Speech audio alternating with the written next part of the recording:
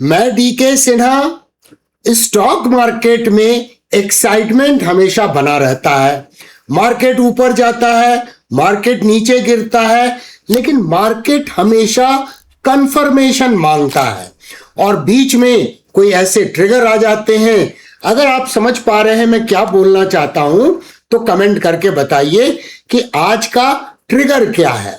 15% correction Nifty में हुआ, 18% का फॉल बैंक निफ्टी में हुआ, लेकिन आज मार्केट में एक और साइलेंट स्टॉर्म बिल्ड हो रहा है। क्रूड ऑयल $125 को टच कर चुका है।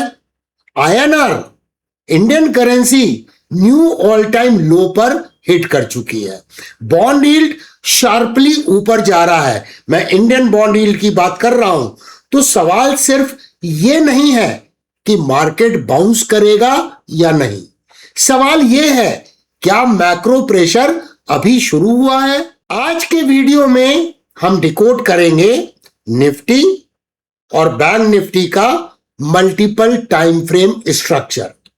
कहां पर है बिग सप्लाई एरिया और क्या यह बाउंस है या next big leg down. Stay till the end क्योंकि लास्ट में बिगिनर्स के लिए एक सिंपल इन्वेस्टिंग अप्रोच को भी डिस्कस करेंगे। तो चलिए शुरू करते हैं।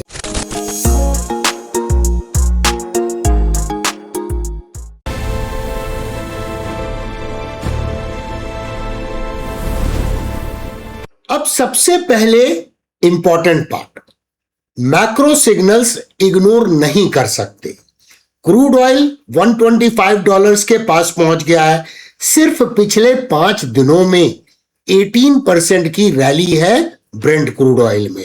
आईएनआर न्यू ऑल टाइम लो पे चला गया है 95 प्लस और बॉन्ड यील्ड लगभग 7.1% के अराउंड।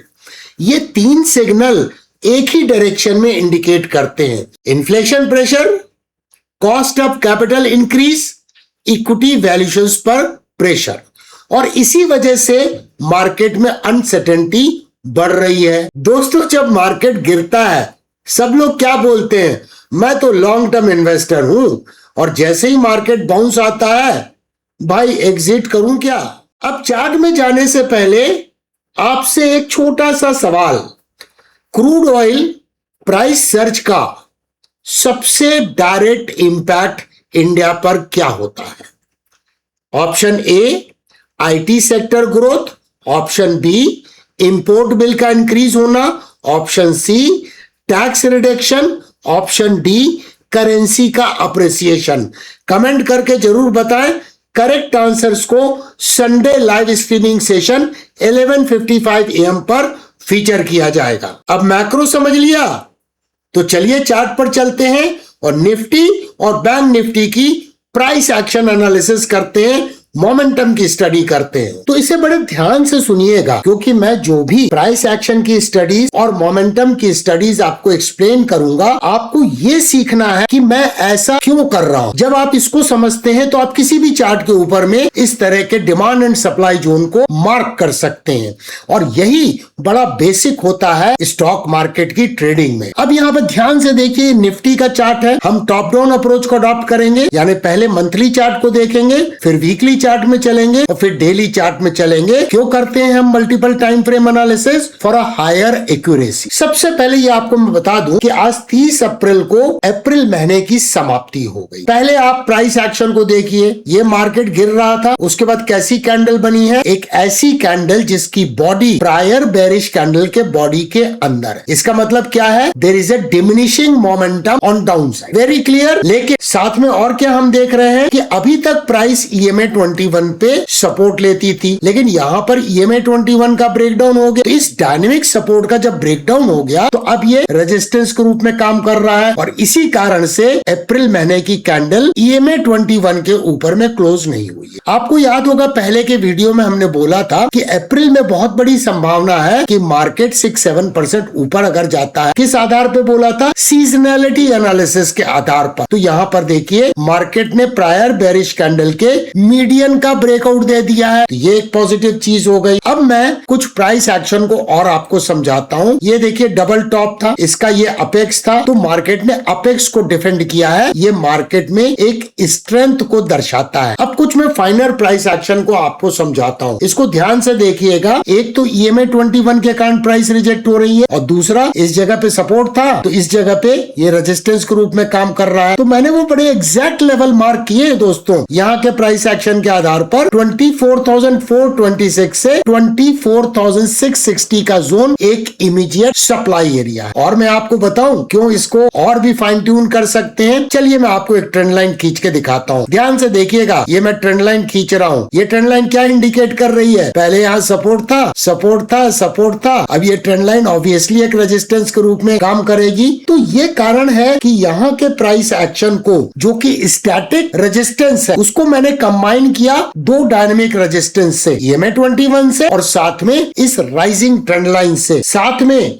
क्या हम कुछ और स्टैटिक सपोर्ट को या रेजिस्टेंस को समझ सकते हैं? तो देखिए मैं करेक्टिव वेव की फिबोनाची रिट्रेसमेंट खींच रहा हूं, इसको ध्यान से देखिए। अब यहाँ पे रेजिस्टेंस और क्यों समझ में आ रहा है? क्योंकि यहाँ पे गोल्डन रेशियो भी आता हुआ नजर आ रहा है। तो अगर कोई कैंडल निफ्टी में 24,700-750 के ऊपर में क्लोज हो गई, तो अपसाइड मोमेंटम डेवलप होने की संभावना बन सकती है। अब अगर मोमेंटम इंडिकेटर को देखें तो ध्यान से इस लेवल को इस लेवल से कंपेयर कीजिए, या इस लेवल को इस लेवल से कंपेयर कीजिए, तो यहाँ पे आपको क्या समझ में आ रहा है? मोमेंटम डिस्क्रिपेंसी RSI के ऊपर में क्लियर कट नजर आ रही है। इसके अलावा कुछ और इंपॉर्टेंट बात मैं आपको बताना चाहूंगा। क्या ये बाउंस बैक जो हुआ है करेक्शन के बाद में, ये टेक्निकली रेलेवेंट है कि नहीं? तो प्रायर इंपल्सिव वेव को देखते हैं। तो कौन सी इंपल्सिव वेव को पकड़ेंगे? इसको पकड़ेंगे या फिर इसको पकड़ेंगे? मैं इसको पकड़ूंगा, क्योंकि ये देखिए प्राइस का करेक्शन है, ये केवल टाइम करेक्शन है, तो इसको हम इग्नोर कर रहे हैं और इसका रिट्रेसमेंट एनालिसिस करते हैं। तो ये देखिए मैं इसको खींच के दिखा रहा हूं। अब क्लैरिटी हो रही है कि प्राइस कहां सपोर्ट ले रही है। 38.2% रिट्रेसमेंट लेवल पे इसने 2 बार सपोर्ट लिया, यानी जो गोल्डन रेशियो का डेरिवेटिव है प्रायर इंपल्सिव वेव का, वो एक सपोर्ट के रूप में काम कर रहा है। इससे क्या पता लगा कि जो बाउंस बैक हुआ है अप्रैल महीने में, वो रेलेवेंट है प्राइस एक्शन के अनुसार। मल्टीपल कॉन्फ्लुएंस से ये बाउंस बैक। अब देखिए वीकली प्राइस चार्ट में जब हम देखते हैं तो यहाँ पे एक मॉर्निंग स्टार बना, अगर इसको सिंथेसाइज करके देखें, इसके अलावा कुछ इंपॉर्टेंट पॉइंट है जिसके लिए मैं सपोर्ट एरिया या डिमांड जोन को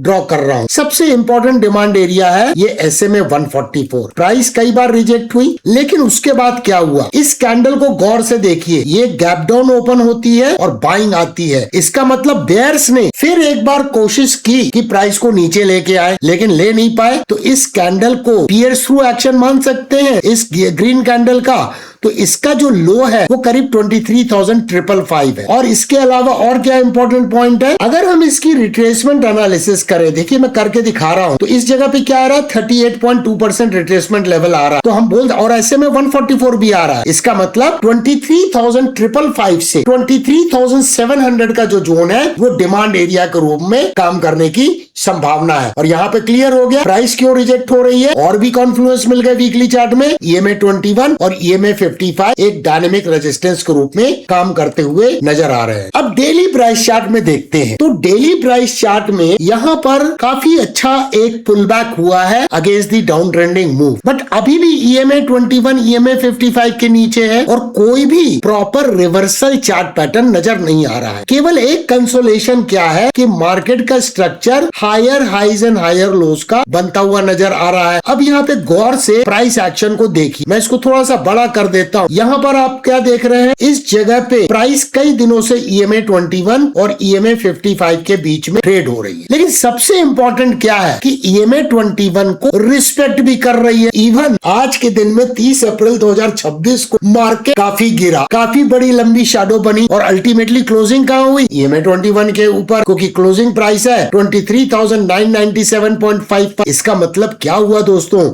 EMA 21 एक इंटरमीडिएट डायनेमिक सपोर्ट के रूप में काम कर रहा है। बाकी तो सपोर्ट जोन हमने ये मार्क किया। एक डाउट लोगों को आ सकता है, क्या मार्केट इस गैप को फिल करेगा? फिलहाल तो मुझे चांसेस कम नजर आ रहे हैं। होने को कुछ भी मार्केट में हो सकता है। मार्केट ने इस गैप को फिल कर लिया, तो मार्केट में ये जो रिसेंट करेक्शन हुआ तो कोई पर्पस से करेक्शन होगा, क्योंकि मार्केट एक रैली किया था, ये अपसाइड मूव देखा गया था मार्केट। तो अब यहाँ पर हमें एक एक पॉसिबिलिटी क्या बनती है रिवर्सल चार्ट पैटर्न की। मैं यहाँ पर आपको एक ट्रेंड लाइन खींच के दिखा रहा हूँ, इसको ध्यान से देखिएगा। ये ट्रेंड लाइन आपको क्या इंडिकेट करती है? क्या ये एक पोटेंशियल लेफ्ट शोल्डर हेड का फॉर्मेशन और शायद प्राइस नीचे आई है ये राइट शोल्डर बनाने के लिए, यानी जो सप्लाई एरिया हमने मार्क किया है, अगर ये सप्लाई एरिया को प्राइस ने ब्रेकआउट दे दिया तो फिर हम अगर इसके आधार पर फिबोनाची एक्सपेंशन टूल का इस्तेमाल करें, जो मैं आपको करके दिखाता हूं। मैंने इसको मेजर किया और इसको मैं यहां से प्रोजेक्ट कर रहा हूं, तो आप देखिए इसका 25,600 तक का लेवल निकल के आ रहा है। वहां पर उसे फिर रेजिस्टेंस मिलेगा, तो हमारा एक मेजर सप्लाई एरिया ये भी नजर आ रहा है। कई मूविंग एवरेज है यहाँ पर, SMA 144 है, SMA 200 है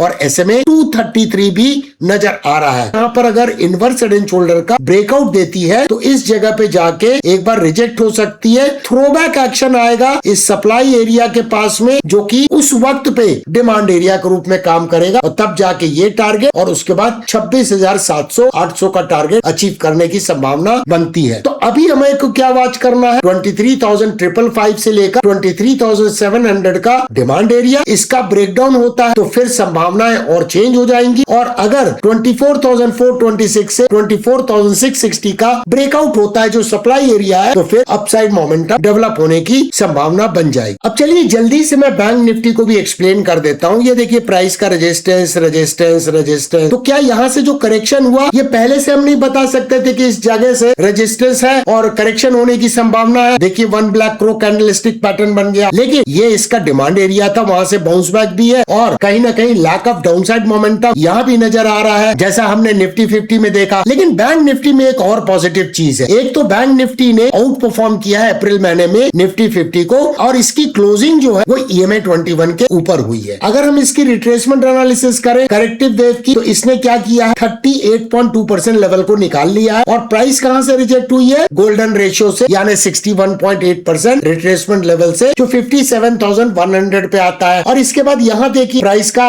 एक रेजिस्टेंस था, तो 57,100 से 57,500 का जो लेवल है वो एक इमीडिएट सप्लाई एरिया है। अगर ये सप्लाई एरिया निकल गया तो फिर आप देखिए इस जगह रेजिस्टेंस मिलेगा 59,000 से 59,200 के जोन में जाने की इसकी संभावना बढ़ जाएगी। अगर आपने चार्ट्स ध्यान से देखे हैं तो ये क्वेश्चन आपके लिए, बॉन्ड यील्ड्स राइज होने का इक्विटी मार्केट पर क्या इंपैक्ट होता है? Option A valuation expansion, option B कोई इंपैक्ट नहीं होता है, option C valuation pressure, option D dividend increase. अपना आंसर कमेंट करें। बेस्ट आंसर को लाइव सेशन में संडे को हम डिस्कस करेंगे। अब एक प्रैक्टिकल सवाल, अगर आपको मैक्रो प्लस टेक्निकल दोनों कॉम्प्लेक्स लग रहा है तो क्या करें? Simple approach, ETF investing, exchange traded fund में आप इन्वेस्ट कर सकते हैं, जैसे Nippon India ETF Nifty 20, Nippon India ETF junior 20, Nippon India ETF bank 20। ETF क्यों पावरफुल होते हैं? आपको मिलता है ऑटोमेटिक डाइवर्सिफिकेशन, कोई टेंशन नहीं स्टॉक सिलेक्शन का, लोअर कॉस्ट क्योंकि एक्सपेंस रेशियो बहुत कम होता है, मार्केट ट्रेंड का पार्टिसिपेशन क्योंकि सेकुलर ट्रेंड बुलिश होता है, और इमोशनल डिसिप्लिन को मेंटेन करना कंपैरेटिवली आसान होता है।